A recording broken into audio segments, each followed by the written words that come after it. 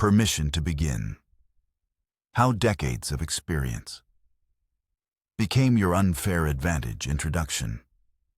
Right now, at this very moment, someone just like you is sitting somewhere, maybe in their home office or on a commute, thinking about all the things they should have done differently. They're wondering if they've somehow missed their window.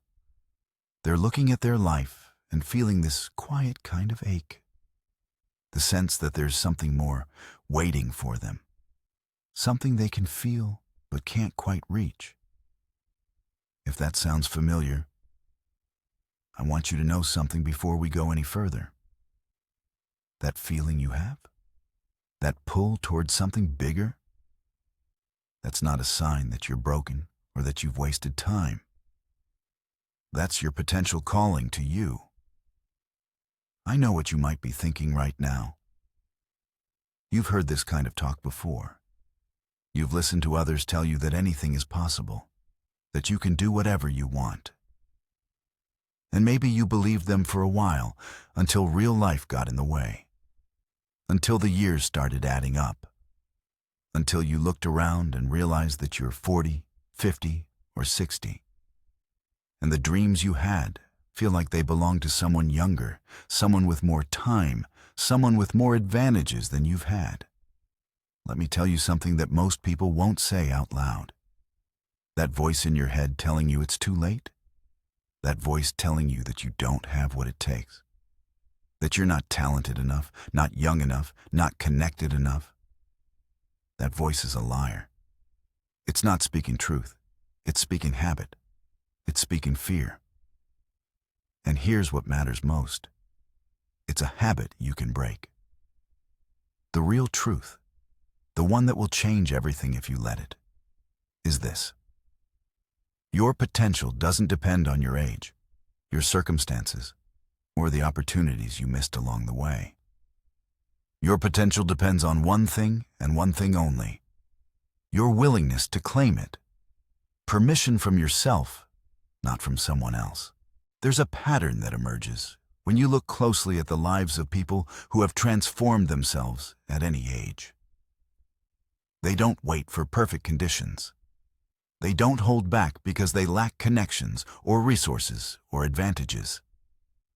Instead, they make a single decision. Whatever happens next, I'm going to take responsibility for my own growth. They understand that real power doesn't come from circumstances. It comes from what you decide to do with whatever circumstances you have right now. This understanding changes everything.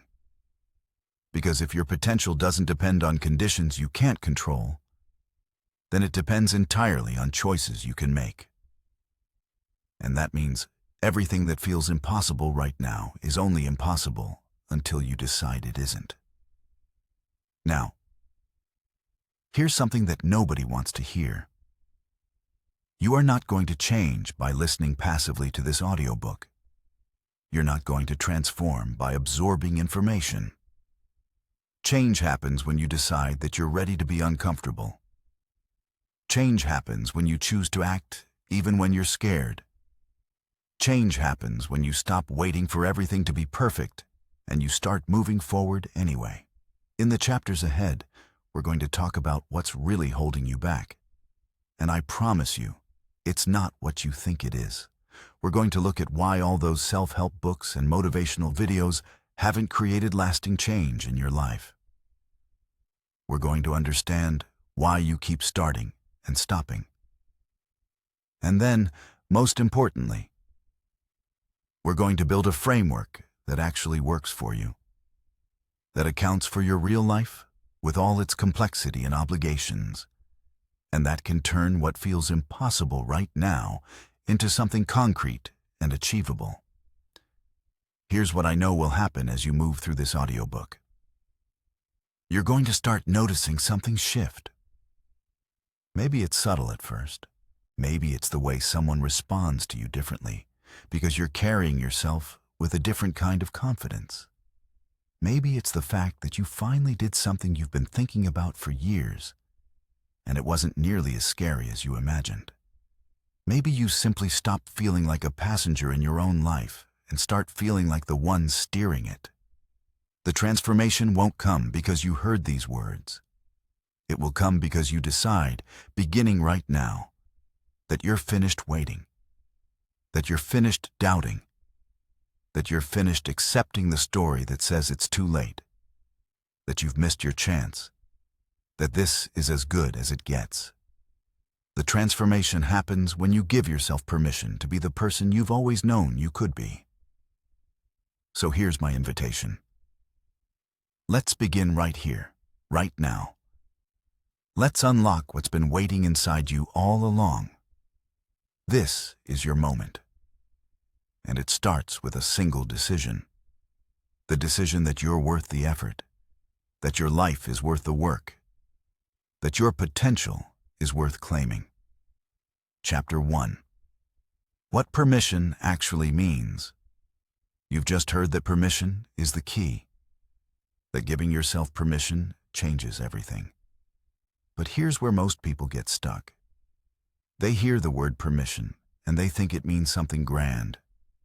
They imagine it as a moment of clarity, a lightning bolt of confidence that suddenly makes them feel ready. They expect to feel fearless. They expect to feel certain. They expect some internal signal that will tell them, yes, now you can proceed. That's not what permission is. Permission is simpler than that. It's actually more practical.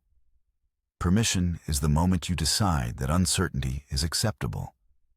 It's when you stop needing the world to confirm what you already know about yourself. Permission is what happens when you say, I don't feel ready, and I'm going to do this anyway. The confidence doesn't come first. The action comes first. The confidence builds after. Think about what actually holds most people back from their potential. It's rarely a lack of ability. Most people at 40, 50, or 60 have accumulated more knowledge and skill than they realize. They've solved complex problems. They've navigated difficult relationships. They've learned things in the school of actual life that no classroom could teach them. But they're waiting for some internal green light that feels different from how they feel right now. They're waiting to feel different before they act. And that waiting can go on indefinitely. Here's what shifts when you understand what permission really is. You stop treating your lack of readiness as evidence that you shouldn't try. Instead, you treat it as completely normal. Everyone who has ever done something significant felt unprepared beforehand. The people who built businesses felt like imposters. The people who changed careers felt terrified. The people who learned new skills felt inadequate. Feeling unprepared isn't a sign you should wait. It's a sign you're about to grow. The second thing that changes is your relationship with failure. Most people frame permission as permission to succeed. But real permission is permission to fail. Permission to try something and discover it doesn't work. Permission to look foolish. Permission to start over. When you understand this, the stakes drop dramatically. Suddenly you're not playing for keeps. You're playing to learn, and learning requires the possibility of failure. This distinction matters more than you might think. Because the moment you give yourself permission to fail, you've already won something important. You've separated your worth as a person from the outcome of your actions. You've decided that attempting something difficult is valuable, regardless of whether it works out the first time. This is the permission that opens doors, not permission to succeed. Permission to be imperfect while you're trying. Let me show you what this looks like in reality. Someone decides they want to learn a new skill. Maybe it's writing, or coding, or speaking a language, or something else entirely. Their immediate response is often, I don't have talent for this. I'm too old to learn this. People who do this well are naturally gifted. What they're really saying is, I need to feel confident before I start. But confidence doesn't work that way. You don't feel confident before you start. You feel confident after you've done something repeatedly and survived it. The people who actually learn these things aren't more talented. They just gave themselves permission earlier. They said, I'm going to be bad at this for a while. That's fine. I'm going to feel awkward. That's fine. I might look foolish in front of other people. That's fine too. That permission, that simple acceptance of the discomfort that comes with growth, is what separates people who transform from people who stay the same. Now here's the part that requires honesty. You've probably given yourself permission to try things before. When you were younger, you gave yourself permission to fall while learning to ride a bike. You gave yourself permission to speak in front of the class even though your hands were shaking. You gave yourself permission to ask someone out even though you might get rejected. These weren't moments of supreme confidence. They were moments of acceptance. You accepted that discomfort was temporary and growth was worth it. Somewhere along the way, that changed. Somewhere in your 40s or 50s, you started requiring more certainty before you acted. You started waiting for conditions to be perfect. You started asking other people's permission instead of giving it to yourself. And the longer you waited, the more your confidence eroded. Not because you became less capable, but because you stopped practicing courage. You stopped doing things that scared you. And when you stop doing things that scare you, you start to believe you can't. The good news is that permission works the same way as it always did. It's just as available to you now as it was when you were younger. It doesn't require newfound confidence or better circumstances or a different version of yourself. It requires a simple decision. Right here, right now, you can decide. From this point forward, I'm going to be someone who acts despite uncertainty. I'm going to do things before I feel ready. I'm going to treat my lack of readiness as completely normal and move forward anyway. This is where the real transformation begins. Not in some future version of yourself. Not when you've gathered more resources or skills or confidence. But right now, in this moment, with everything you have access to. Permission isn't something you get. It's something you claim. And the moment you claim it, everything that felt impossible suddenly becomes just difficult. And difficult is something you can work with. Chapter 2. The real source of your power. You've been told your whole life that power comes from certain things. Talent, connections, privilege, the circumstances you were born into. This is the story that's been sold to you. And if you've believed it, it's probably held you back more than anything else. The real source of power isn't any of those things. Power comes from something much simpler and much more accessible than you've been led to believe. Power comes from the gap between what you know you're capable of and what you're willing to attempt. It's the space between your potential and your action. And that space is determined by one thing. What you've decided matters enough to sacrifice comfort for. When you look at people who have genuine power in their lives, the kind that doesn't depend on other people's validation or external circumstances, you notice something. They didn't necessarily start with more. They often started with less. But somewhere in their lives, they made a decision about what was worth doing despite the discomfort.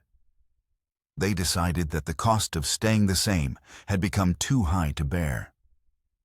And from that decision onward, everything changed. There's a man named Denzel Washington. He grew up poor, not economically comfortable, but trying to make it work. Not struggling financially, but stable. Poor. His neighborhood wasn't where opportunity walked in looking for talented people. His family wasn't connected to the entertainment industry. He had no advantage that the world typically recognizes as an advantage. What he had was something else entirely. He had a decision. He looked at his circumstances, and he said to himself, "I'm not going to let where I come from determine where I'm going." That's it. That's the beginning of his power. But here's what's important to understand about that decision. It didn't immediately change his circumstances. He didn't decide this, and then doors opened. He didn't decide this, and suddenly talent flowed through him that wasn't there before. He decided it, and then he did something most people won't do. He built a relationship with his craft that was completely disconnected from external reward. He worked on acting like his life depended on it, and in that work, he developed something that goes beyond talent. He developed mastery. Mastery is the thing that power is actually built on, not inherent ability, not luck. Mastery. It's the difference between knowing you can do something and knowing you can do it better than most people, no matter what that something is. And mastery only comes one way: through obsessive practice when nobody is watching and nobody would know if you stopped. This is where most people disconnect from their own power. They imagine that power requires conditions they don't have. They imagine it requires a different life, a different starting point, a different version of themselves. But power doesn't work that way. Power is built in the spaces where nobody is paying attention. It's built in the hours when you're practicing, when there's no immediate payoff. It's built when you choose to get better at something, even though it would be easier to stay the same. Think about what actually happens when you develop real mastery in anything. You start noticing things. You start seeing patterns that other people miss. You start understanding the logic of your craft in a way that feels intuitive because you've done it so many times. You can handle situations that would throw other people off. You know what to do when things go wrong. And suddenly, what seemed impossible becomes manageable. What seemed difficult becomes routine. This is where power comes from. Not from outside circumstances changing. From your relationship with your own capability deepening. The problem is that this kind of power takes time to develop. It requires patience. It requires showing up when you don't feel like it. It requires doing the work when the results aren't visible yet. And in a world that's obsessed with quick results and instant gratification, most people give up before they reach the point where their mastery becomes undeniable. But here's what changes when you understand this. You stop looking outside yourself for permission to be powerful. You stop waiting for someone to recognize your talent. You stop waiting for the right opportunity to present itself. Instead, you focus on one thing: becoming someone who has mastered something. It doesn't matter what it is. It could be writing. It could be problem solving. It could be listening to other people. It could be understanding how systems work. The content of your mastery matters far less than the fact of your mastery itself. Because mastery changes how you carry yourself. It changes your voice. It changes the decisions you make. It changes what you're willing to attempt.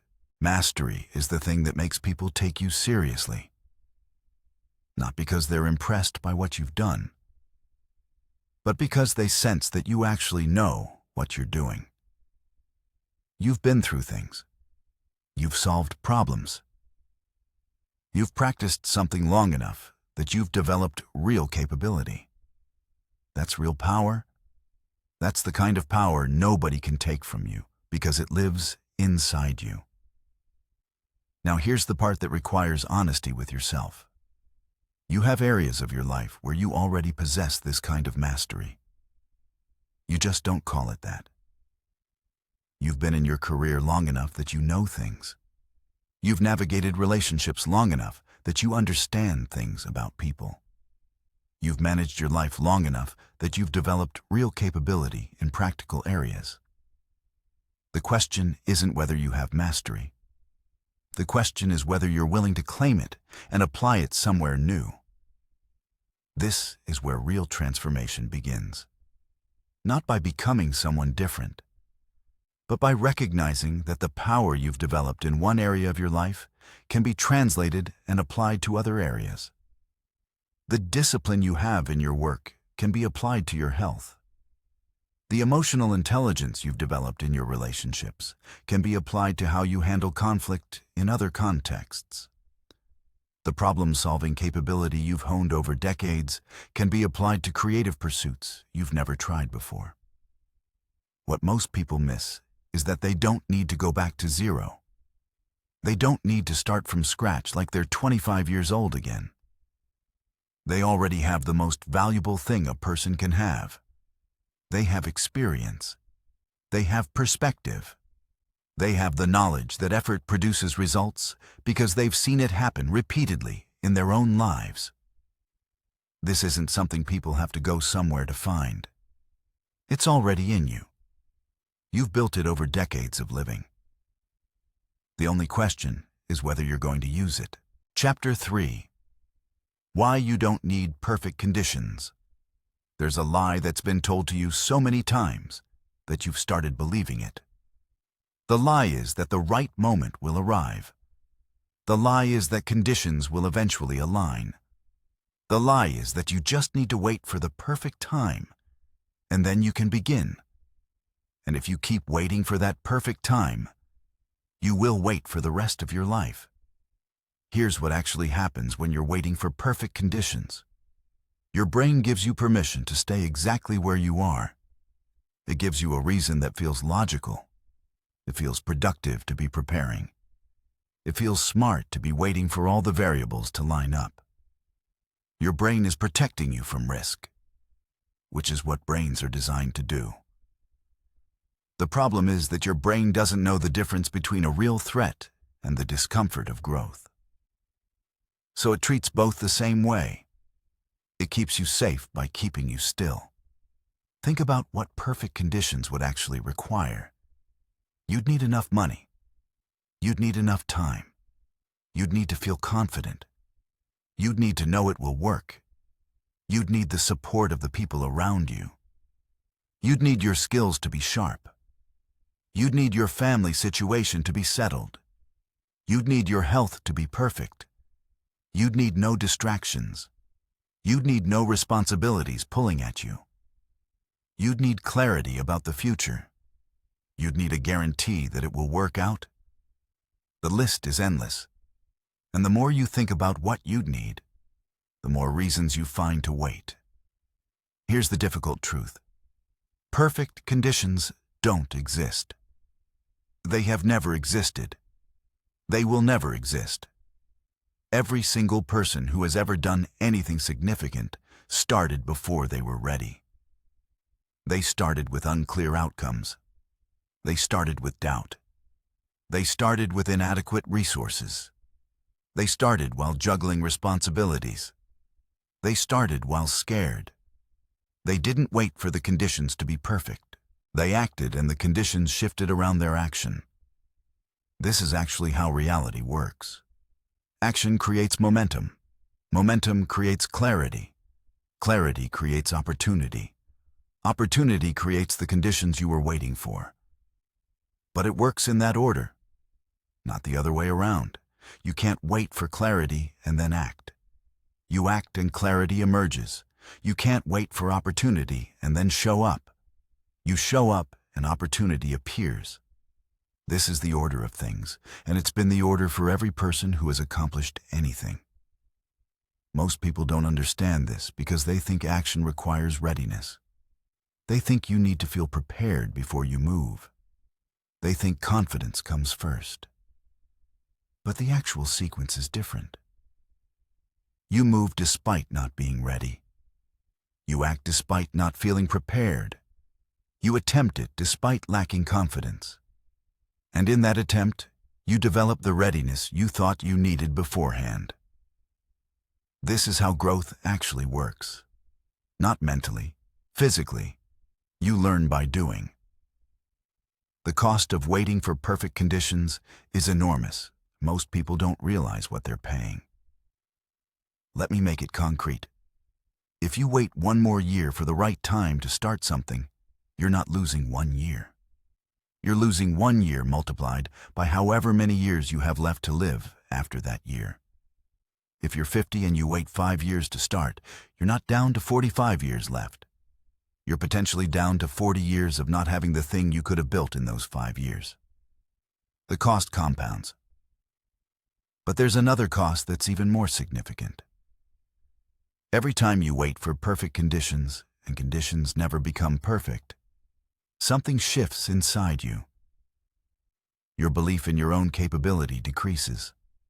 Your faith in your ability to handle discomfort decreases. The voice that tells you it's not the right time gets louder. You start collecting evidence that you can't do things instead of evidence that you can. And that evidence becomes the story you tell yourself about who you are. This is where the real damage happens. Not in the lost time, but in the erosion of your sense of agency. Agency is your belief that your actions matter, that you have the power to affect the outcomes in your own life.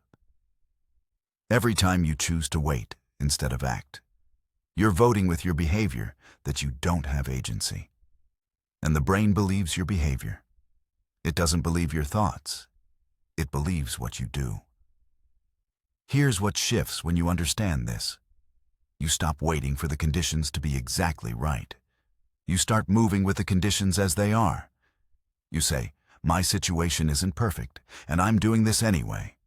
My time is limited, and I'm starting now. My confidence is shaky, and I'm attempting it. My skills aren't where I want them, and I'm learning as I go. This shift in mindset is what creates movement. The practical question is, what action could you take today that doesn't require perfect conditions? Not someday. Not when you've saved more money or lost more weight or learned more skills. Today. What's one small thing you could do that would move you forward, even if it's not perfect? The answer matters less than the fact that you moved. Because movement is what creates momentum. Movement is what teaches you that you're capable. Movement is what changes the conditions around you. This is why people talk about the power of starting small. It's not because small actions lead to big results, though they do. It's because any action, no matter the size, breaks the pattern of waiting. Any action proves to your nervous system that you can handle it. Any action generates momentum that pulls you forward. And that's the real magic. Not the size of the step, but the fact that you stepped. Chapter 4. The courage to start again. You have carried something with you for a long time.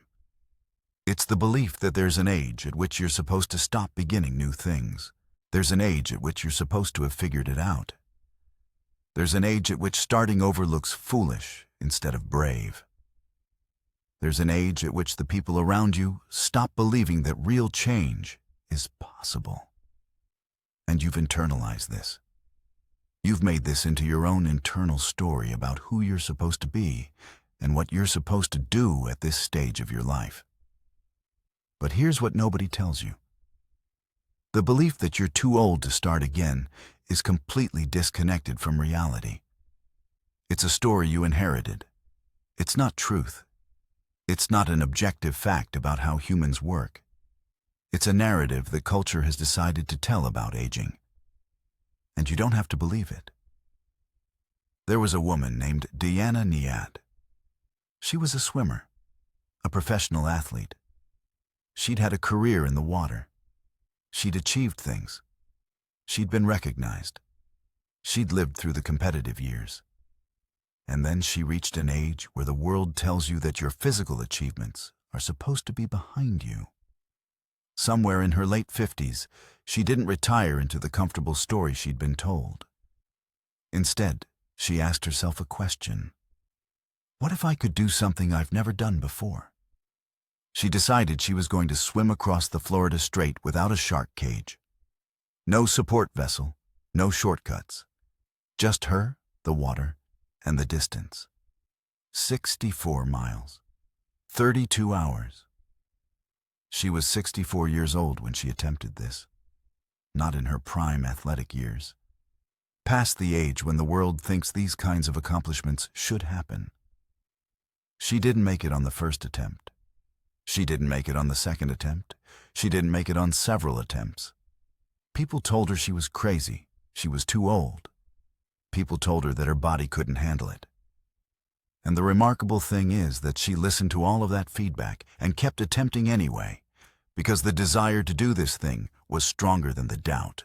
At 64 years old, Diana Nyad became the first person in history to swim across the Florida Strait without a shark cage, because she decided at 64 that what she wanted to do was worth the effort. This is what courage looks like.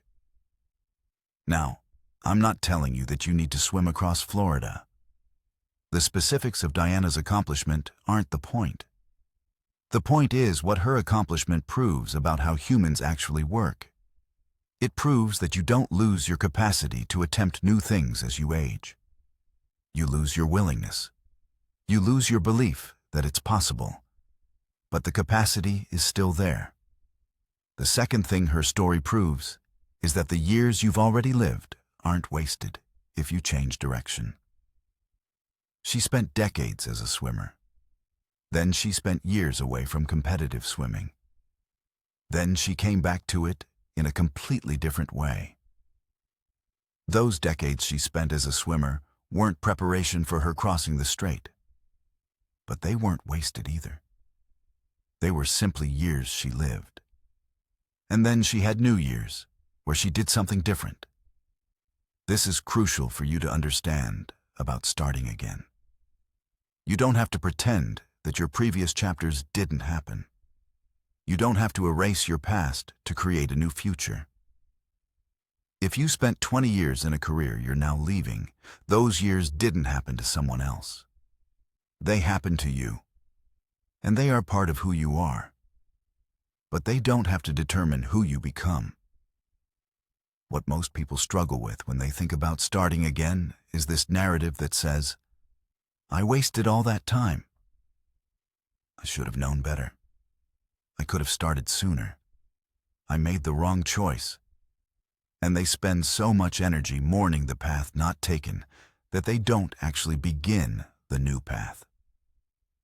They're too busy being angry at their younger self for not making a different decision. But here's the thing about your younger self. Your younger self was doing the best they could with the information they had and the understanding they possessed at that time. Your younger self wasn't making a mistake. Your younger self was living their life. And you, the version of you that exists now, have different information. You have different understanding. This doesn't mean your younger self was wrong. It means you've evolved. Starting again doesn't require erasing your past. It requires accepting your past and moving towards something new anyway. It requires saying, I lived that chapter. I gained what I could from it. And now I'm moving towards something different. This is not a betrayal of your previous choices. This is an honest assessment of what you want now. The courage to start again is about understanding something fundamental. You don't have one chance. You have the capacity to recreate yourself repeatedly throughout your life. By evolving, by learning, by attempting new things. Here's what I want you to understand about being a beginner at your age. Being a beginner doesn't feel good. It feels vulnerable. You're not the expert anymore. You don't know what you're doing. You make mistakes. You feel foolish. And the younger you attempt something new, the more comfortable you are with this feeling because you expect it. You've been a beginner many times. Your younger self knows how to start fresh. But you've spent decades not being a beginner in your primary domain. You've become competent at what you do. You know how things work in your field and in your life. You've built mastery over time, and now you're going back to beginner status in something new. That feels like a step backward. It feels like regression. But it's not regression. It's expansion into something new. The thing is, you already have something that the 25-year-old beginner doesn't have. You have the knowledge that effort produces results because you've lived it repeatedly. You have seen it happen over and over again in your own life. You know what it takes to become good at something because you've done it before. The 25-year-old is often amazed by how long things take to build. You know how long things take, and you understand that this is normal and expected. You have patience. You have perspective. You have the security of knowing that you've succeeded before, so you can succeed again. Starting again at 40, 50, or 60 is not a disadvantage in the way you might think. It's actually an advantage that most young people don't have. The disadvantage you face is that you have to overcome the belief that you're too old. You have to overcome the voice that tells you it's too late. You have to overcome the narrative that your best years are behind you now. But that's a mental obstacle, not a real one. It's a story, not a fact. So here's my question for you. What have you been telling yourself you're too old to do?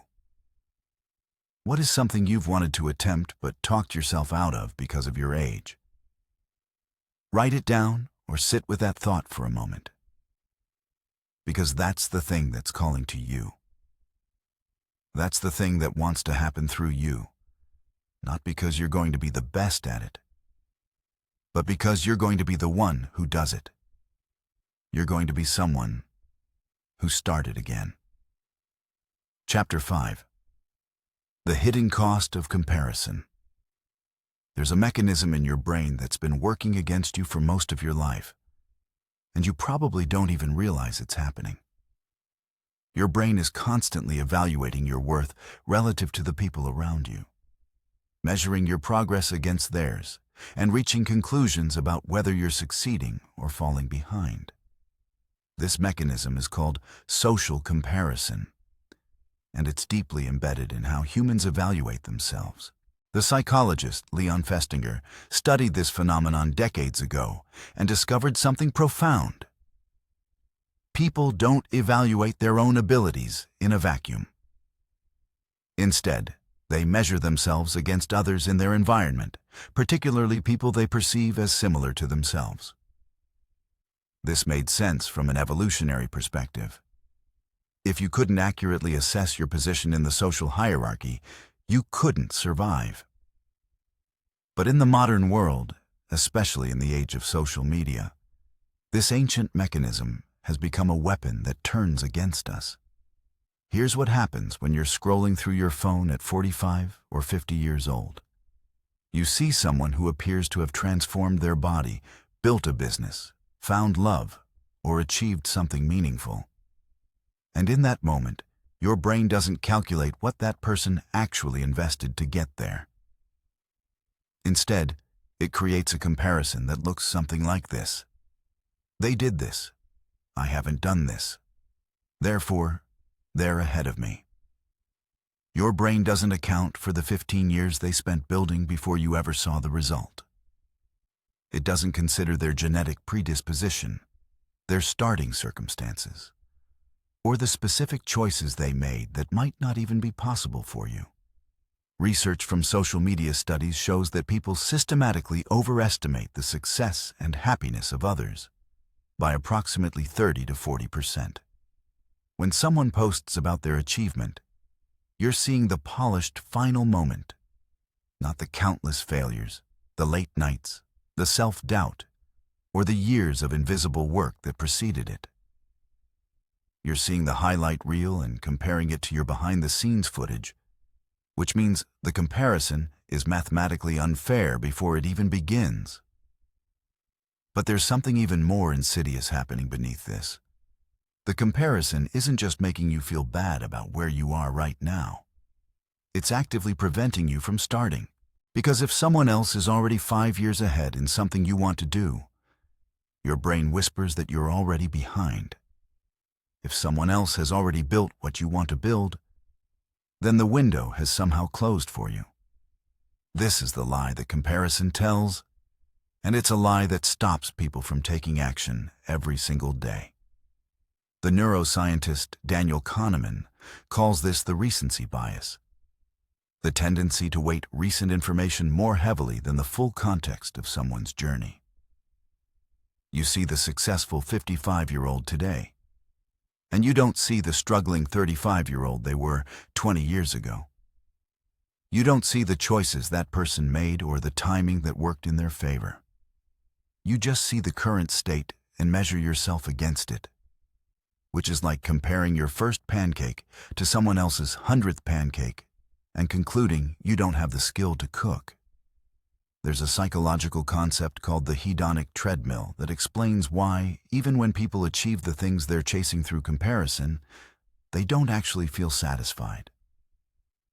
They reach the goal, they feel good for approximately 2 weeks, and then their brain adapts and they're back to feeling like something's missing.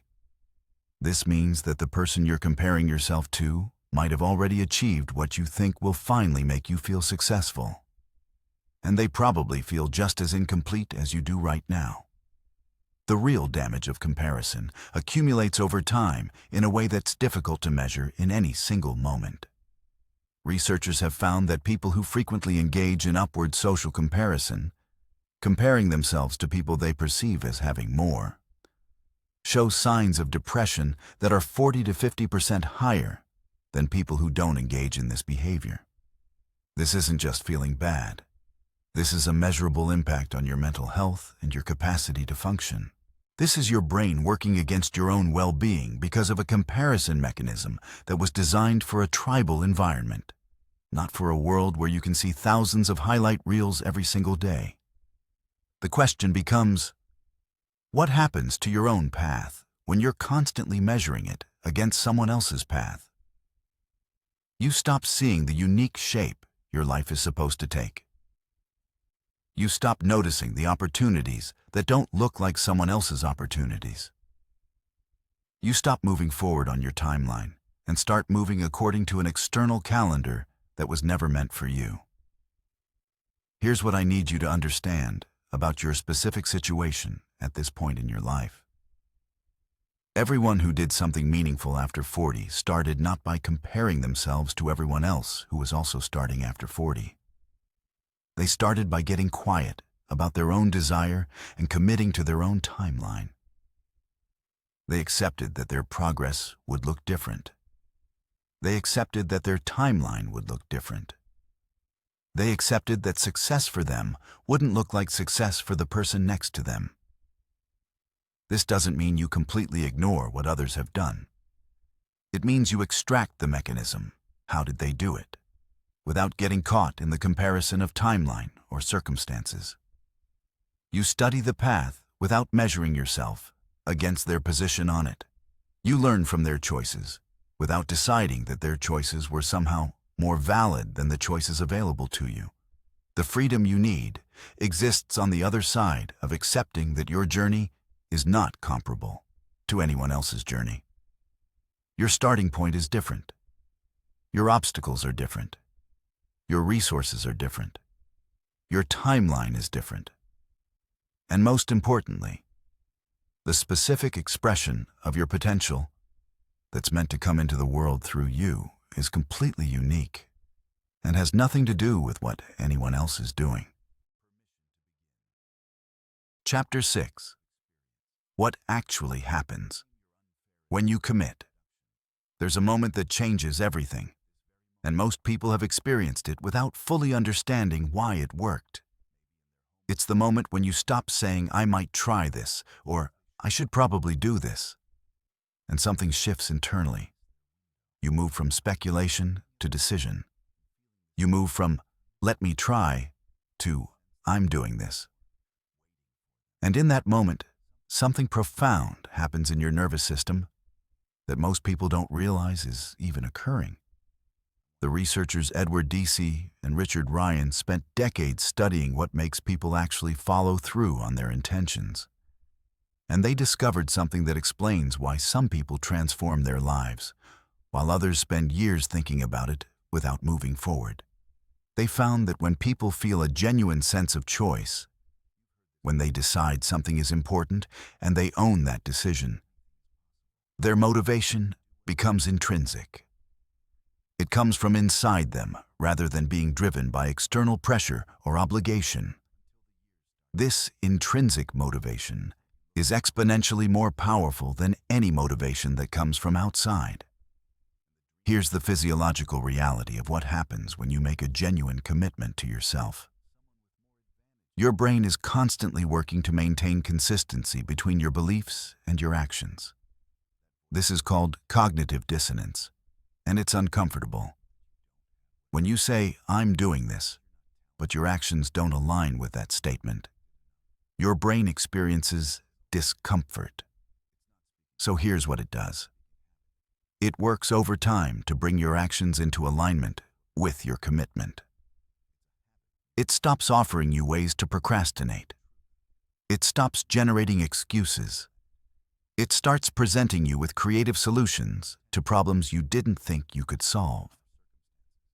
Your entire nervous system reorganizes itself around the commitment you've made. But the catch is that this only happens with genuine commitment. If you're saying, "I'm going to do this," as a performance, if you're saying it to impress someone or because you think you should, your brain knows the difference. Your nervous system can tell when you're faking it. What works is when you actually decide, when you own the choice completely, when you say internally, "This matters to me, and I'm going to do it," without needing anyone else to validate that decision. Think about how you experience problems in your life right now. Let's say you're not satisfied with your health or your career or your skills in a particular area. You think about it, and you think about it, and you tell yourself you should probably do something about it. But the language you're using, "should," creates a particular kind of psychological response. It creates resistance. Your nervous system hears "should" as obligation, and obligation triggers the part of your brain that wants to maintain freedom. You resist because somewhere inside you, you're fighting against feeling controlled. But imagine if you change that language to, "I'm doing this," not "I should exercise," but "I exercise," not "I should learn this skill," but "I'm learning this skill." The moment you shift from external obligation to internal decision, your brain stops fighting you. It starts working with you. Suddenly, you're not doing something you have to do. You're being someone who does this thing. And that someone, that identity shift, is where real change happens. The psychologist Carol Dweck researched what separates people who achieve difficult goals from people who give up. And she identified something she calls a growth mindset.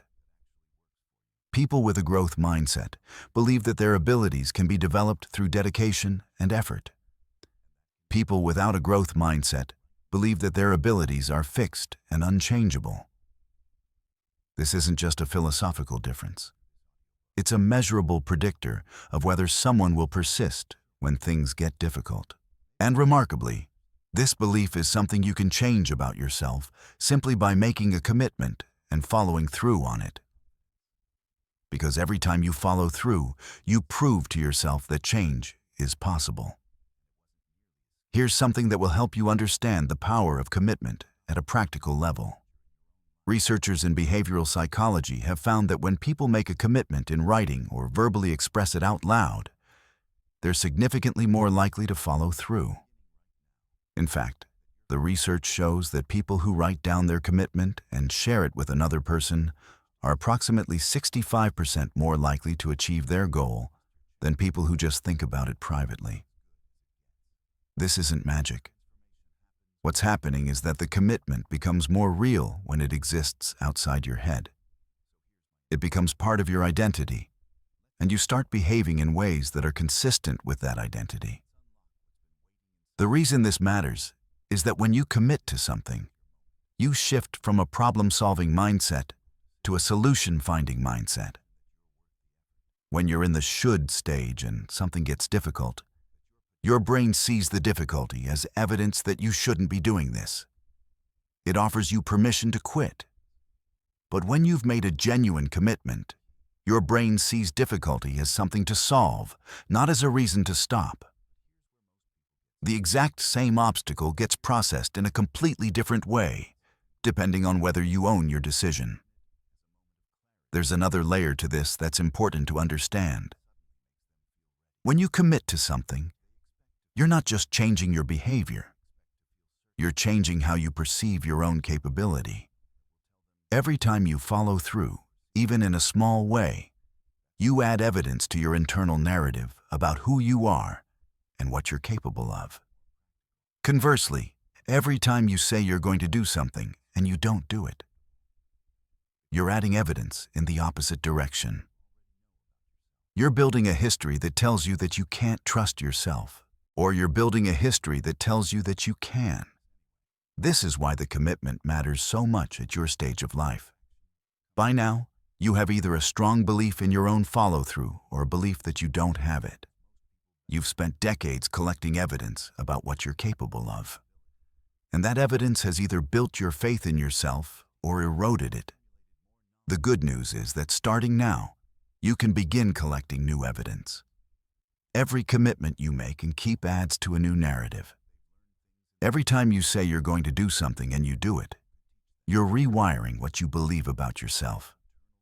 The question then becomes, what's one commitment you need to make to yourself that you're actually going to keep? Not a grand commitment that requires perfect conditions. Not a commitment that depends on other people or circumstances changing. But one clear, manageable commitment that you can own completely and follow through on starting today. Because that one commitment, that one piece of evidence that you keep your word to yourself, changes the trajectory of everything that comes after. Chapter 7. The one thing that everyone underestimates about your age. There's an advantage that you have at this point in your life that no amount of youth or talent can replicate. And yet most people at 40, 50, or 60 have completely underestimated its value. This advantage is so fundamental and so obvious that people miss it entirely. The advantage is that you know how to do hard things. You have done them repeatedly. You have proof. Think about what you've actually accomplished in your life to get to this point. You've navigated relationships. You've built careers, or you've changed them. You've overcome obstacles that would have defeated younger versions of yourself. You've learned things that seemed impossible when you first encountered them. You've failed at things and gotten back up. You've watched your body change, your circumstances change, your relationships change, and you've adapted. These are not small accomplishments. These are the fundamental skills of being human in a complex world. But here's what happens when people face something new at your age. They forget all of this evidence. They see the new challenge. Learning a skill, starting a business, creating something. And their mind immediately jumps to, I don't know how to do this. And in that moment, they forget that they've said this exact sentence hundreds of times before, and they figured it out anyway. They forget that not knowing is not the same as being incapable. Not knowing is simply the starting point. The neuroscientist Miriam Bechtold has researched expertise and learning across different age groups, and she found something that contradicts the popular narrative about aging and learning. Older adults who approach learning with the belief that they can improve their abilities actually show comparable or sometimes better learning outcomes than younger adults, particularly when it comes to complex material that requires integration of previous knowledge. The key variable isn't age. The key variable is whether someone believes they can learn and whether they're willing to tolerate the discomfort of not knowing while they're in the process. What you bring to any new challenge is something that a 30-year-old simply doesn't have. You bring the internal certainty that effort produces results, because you've seen it happen in your own life repeatedly. You bring the capacity to tolerate uncertainty and setbacks because you've been through them and survived them. You bring perspective about what actually matters versus what just feels urgent in the moment. You bring the ability to think long-term because you've watched how seemingly small decisions compound over years. When you learn something new at 40 or 50, there's also a different kind of motivation happening than what a younger person experiences. A younger person often learns because they feel like they have to, because they're building credentials or trying to impress someone. You have the option to learn because something genuinely interests you, because it aligns with who you want to become, because it matters to you for reasons that have nothing to do with other people's approval.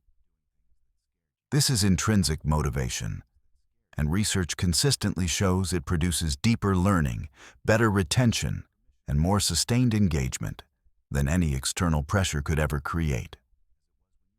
The research on adult learning and neuroplasticity, the brain's ability to form new neural connections, shows that brains at 40, 50, and 60 are absolutely capable of learning new things and forming new capabilities. What changes isn't the capacity. What changes is the efficiency and the speed. A younger brain might learn something slightly faster through pure speed of processing, but an older brain learns more deeply because it has more context to connect new information to. An older brain makes fewer mistakes in the learning process because it has pattern recognition that comes from decades of experience. An older brain is more resistant to distraction while learning because the prefrontal cortex, which governs focus, is actually fully developed and optimized. Here's what you need to know about starting to learn or build something new at your age. You're not competing with someone younger. You're competing with where you were last year. You're competing with the version of yourself who didn't have the skills you're developing. That's the only relevant comparison. And against that comparison, you have already won because you've shown up and started. The biggest advantage you have isn't actually about your age at all. It's about what you know about yourself now. You know what you like and what you don't. You know what energizes you and what drains you. You know your real limitations versus your perceived limitations. You've lived long enough to know the difference between something that's actually impossible and something that just feels hard. This self-knowledge is worth more than any advantage that youth provides, because you can use it to direct your energy toward what actually matters to you, rather than chasing what you think you're supposed to want. Chapter 8. The only permission you still need. You've spent most of this audiobook learning about permission, about removing obstacles, about understanding that age isn't a barrier, and that mastery takes time, and that comparison is a trap that stops action. And now we arrive at the most important permission of all, the one that underlies everything else, the one thing that, if you truly give it to yourself, changes not just what you do, but how you move through the world. The permission to be imperfect while you're becoming. Most people understand intellectually that perfection isn't possible. They know that everyone makes mistakes.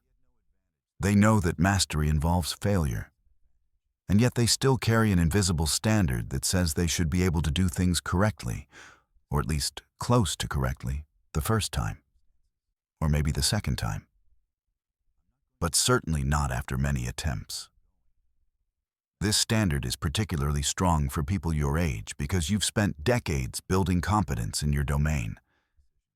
You've become someone people trust because you know what you're doing.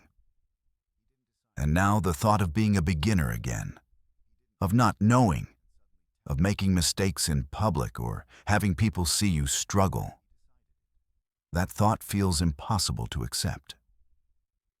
But here's what the research on performance and learning reveals. And this is neuroscience rather than philosophy. The presence of perfectionism actually inhibits learning. When people are focused on performing perfectly or appearing competent, The part of their brain that's focused on evaluation and judgment is overactive, and the part of their brain that's focused on exploration and learning is underactive. When you're trying to be perfect, you're literally using the wrong parts of your brain for learning.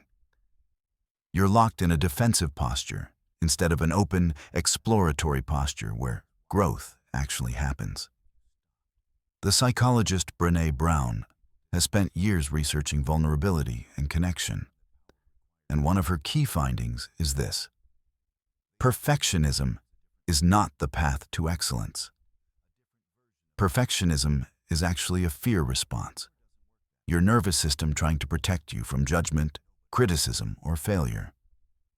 And the price of that protection is that you never venture into the territory where real growth happens. Real growth happens in the uncomfortable space where you're trying something new and you're not good at it yet. And you're okay with that anyway. What you need to give yourself is something that encompasses several permissions at once.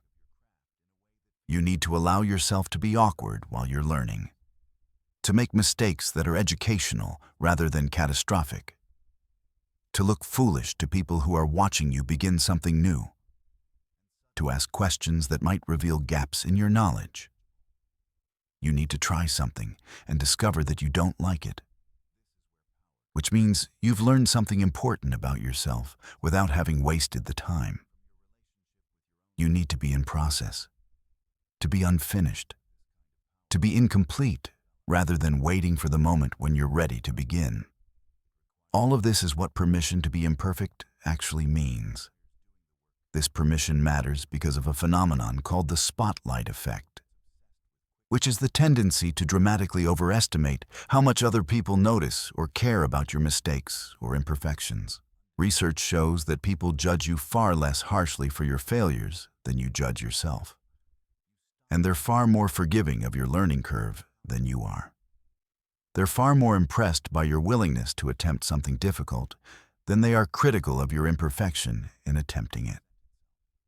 This is almost universally true across all demographics and all social situations.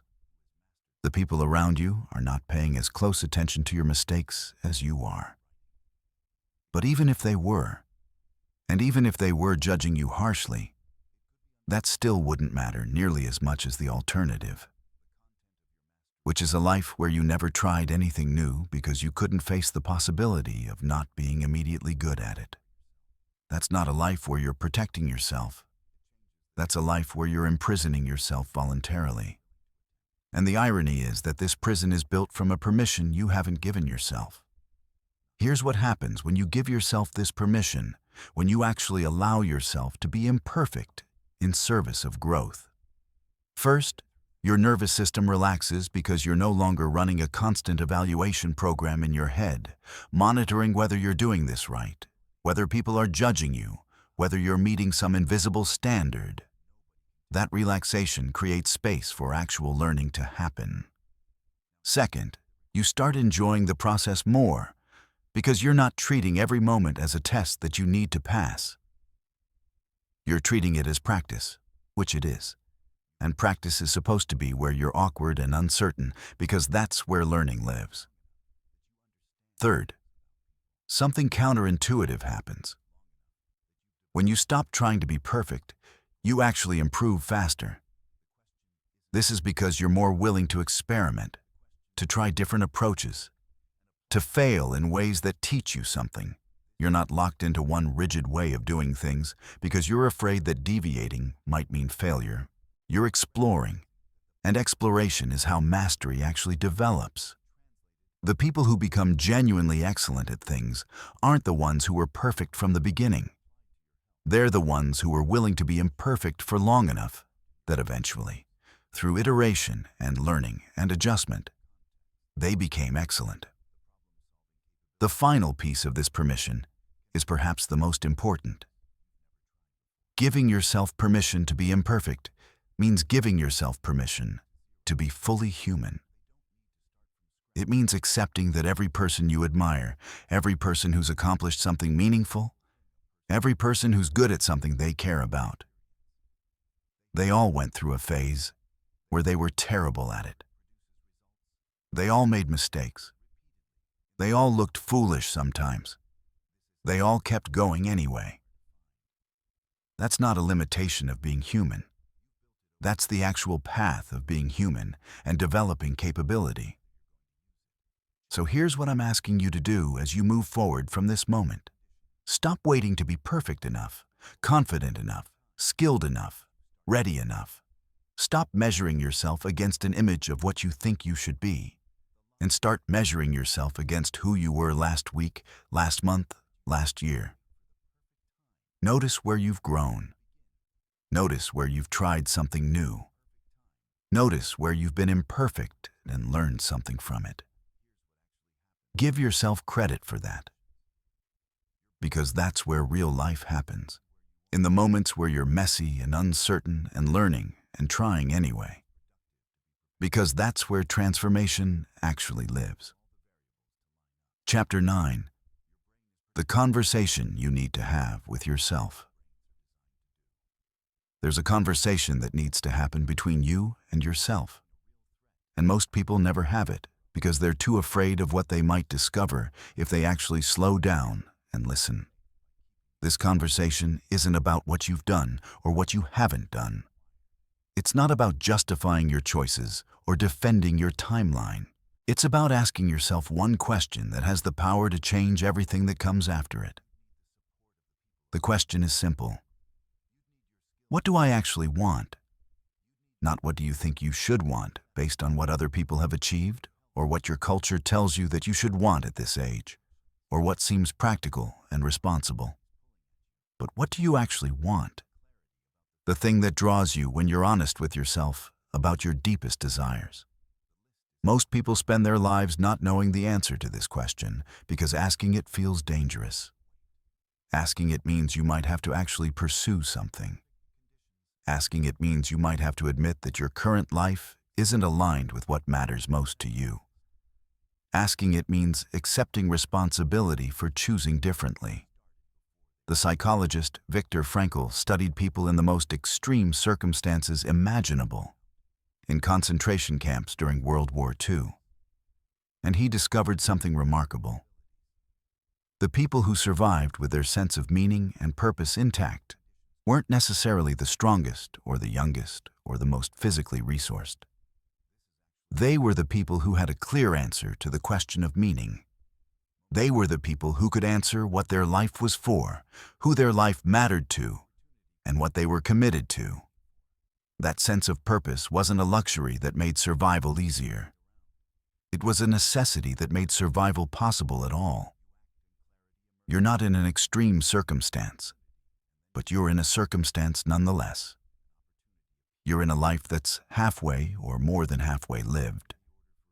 And you have the option to continue living according to someone else's design, or to start making decisions according to your own values and desires. This conversation with yourself is where that decision gets made.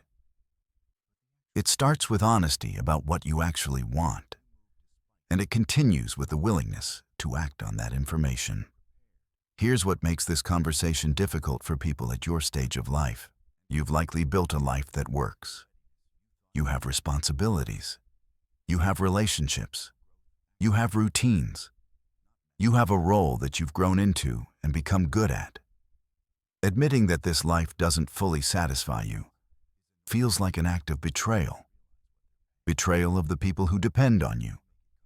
Betrayal of the sacrifices you've made. Betrayal of your younger self who made different choices. But here's the truth that nobody wants to hear. Staying in a life that doesn't satisfy you isn't loyalty to anyone. It's actually a betrayal of yourself. What you need to do with yourself in this conversation is simple, but not easy. You need to make space for honesty. You need to ask yourself what you've been putting off. What you've been telling yourself is too late or too risky or too selfish. You need to listen to what comes up when you ask. If I gave myself permission to want something different, what would it be? What would I pursue if I wasn't afraid? What would I attempt if I didn't need permission from anyone else? These questions aren't idle. They're doorways. And then you need to do the second part, which is evaluation. Not every desire that comes up when you ask these questions is meant to be pursued. Some things you think you want because you're running from something rather than running towards something.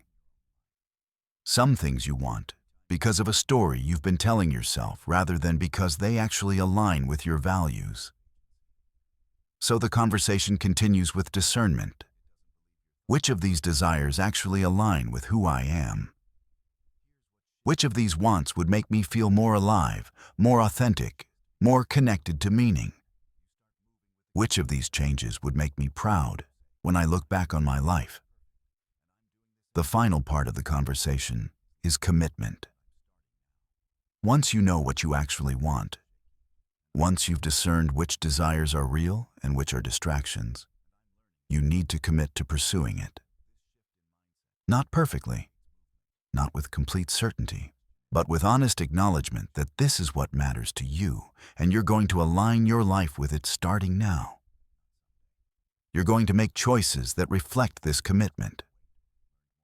You're going to say no to things that don't serve it. You're going to ask for support in pursuing it. You're going to give yourself permission to rebuild your life around what actually matters to you. This is where real power comes in. Because once you've had this conversation with yourself and you've made this commitment, you've fundamentally changed your relationship to your own life. You're no longer living passively according to a script that was written for you. You're actively authoring your own narrative. You're no longer waiting for permission. You're giving it to yourself. And that changes how you show up every single day.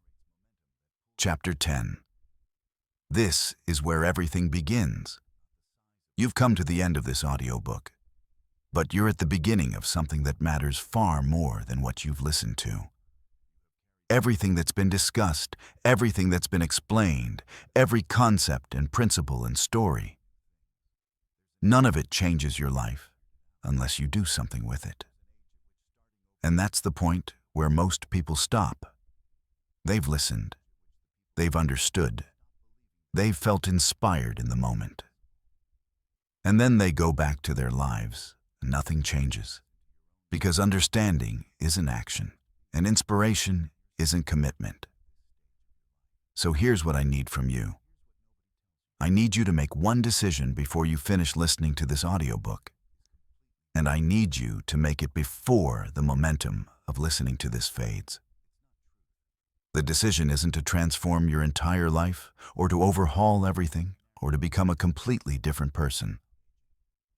The decision is to take one single action that demonstrates to yourself that you mean it. One action that proves you're not just consuming content, you're actually committed to change. It could be small. It could be reaching out to someone you've been meaning to connect with and having a real conversation. It could be writing down the one thing you've been putting off and committing to starting it this week. It could be telling someone you trust that you're ready to make a change and asking them to hold you accountable. It could be signing up for something you've been thinking about, or reaching out to someone who could teach you what you want to learn. It could be having that conversation with yourself that we talked about in the previous chapter and actually writing down what comes up. The specific action matters less than the fact that you take it. Because here's what happens when you take an action, any action, in alignment with what you've learned. Your nervous system registers it. Your brain updates its file on who you are and what you're capable of. You're no longer someone who listens passively. You're someone who acts. You're no longer someone who thinks about change. You're someone who makes change. And that shift in identity is where everything else flows from. Every subsequent decision gets easier because you're not deciding from a place of doubt. You're deciding from a place of evidence. You've already proven to yourself that you can do it. The research on behavior change tells us that the first action is the hardest. The activation energy required to move from thinking about something to actually doing it is substantial. But the moment you cross that threshold, the moment you take that first step, something shifts. The barrier that seemed impossible to cross suddenly looks manageable from the other side. The fear that felt paralyzing becomes fuel.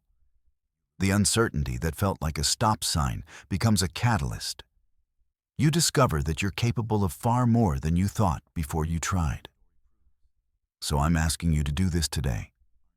Not tomorrow, not next week, not when the conditions are perfect. Today, make a commitment to yourself about what you're going to do and when you're going to do it. Be specific about it. Write it down if you can. Tell someone about it if possible.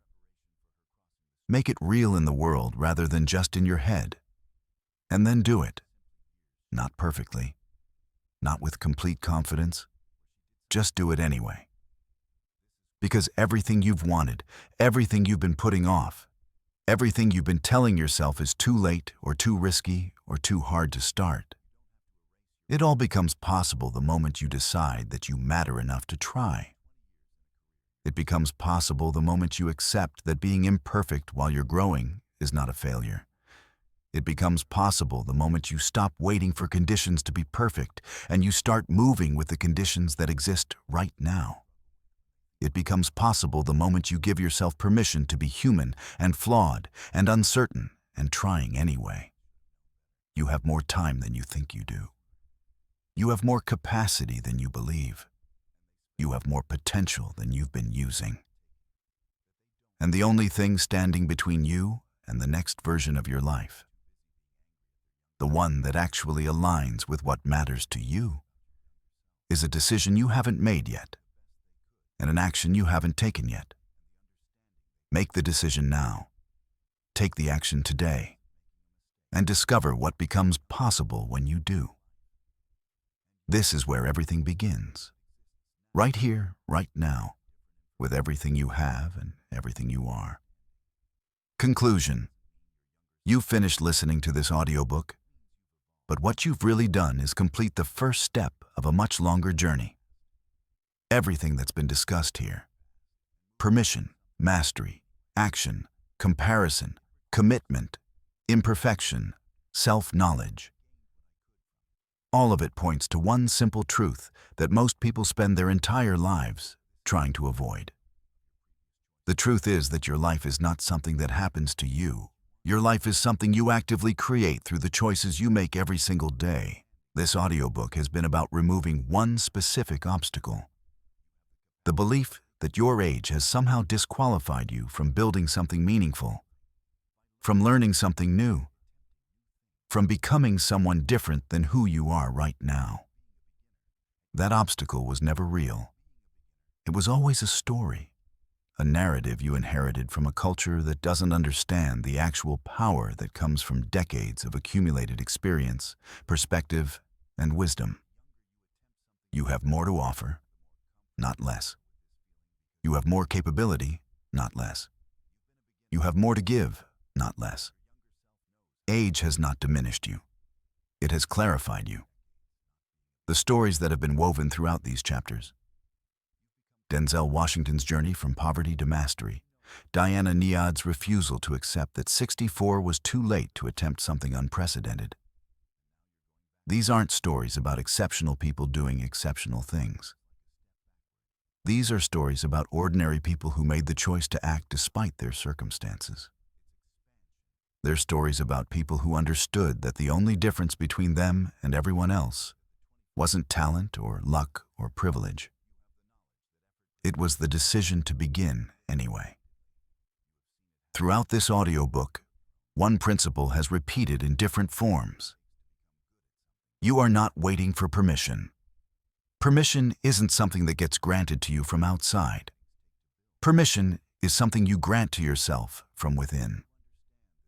And the moment you grant it, the moment you say to yourself that you matter enough to try, that your life matters enough to align with your actual values, that your potential matters enough to claim, everything begins to shift. Not dramatically, not suddenly, but fundamentally, in ways that compound over time. the science that's been referenced throughout these pages, the research on neuroplasticity and learning, on commitment and motivation, on perfectionism and excellence, on human behavior and change. All of it points to the same conclusion. You are not biologically limited by your age. You are limited only by your beliefs about your age. And beliefs can be changed. Beliefs can be updated. Beliefs can be released. The only thing required is that you actually examine them instead of accepting them as truth. So here's what I want to leave you with as this audiobook ends. Not a checklist of things to do, not a system or a framework or a protocol, but an understanding. You have already proven to yourself, repeatedly throughout your life, that you can do difficult things. You've already proven that you can learn. You've already proven that you can persist. You've already proven that you can overcome obstacles that seemed insurmountable when you first encountered them. Everything you need to do what comes next, you already have. You just haven't applied it in this specific direction yet. The second thing is this: the life you actually want to live, the one that feels aligned with who you really are, the one that brings you meaning and satisfaction and purpose. That life is not dependent on perfect circumstances or ideal conditions or the right moment arriving. That life becomes possible the moment you decide that it matters enough to you to start building it with what you have right now. Not when conditions improve. Not when you feel more ready. Now. The now is always available to you. The now is where all real change actually begins. And finally, you are not alone in this. Every person who has ever built something meaningful, every person who has ever transformed their life, every person who has ever had the courage to start again, they all did it alone in the sense that the decision was theirs. But they didn't do it isolated. They found community. They found support. They found people who understood what they were trying to do and believed in them when they didn't believe in themselves yet. Permission to seek that support. Permission to ask for help. Permission to build your next chapter with allies instead of trying to do it entirely on your own. That's part of what it means to grow. This audiobook is the beginning of a conversation. It's not the end of one. The real work happens in your actual life, in the decisions you make today and tomorrow and the day after that. The real transformation happens when you take the understanding you've gained here and you translate it into action in your actual circumstances with your actual life. That's where everything that matters actually happens. You have what you need. You are who you need to be. The time is now. Everything else is just the story you tell yourself about why you can't start. And you already know that story isn't true.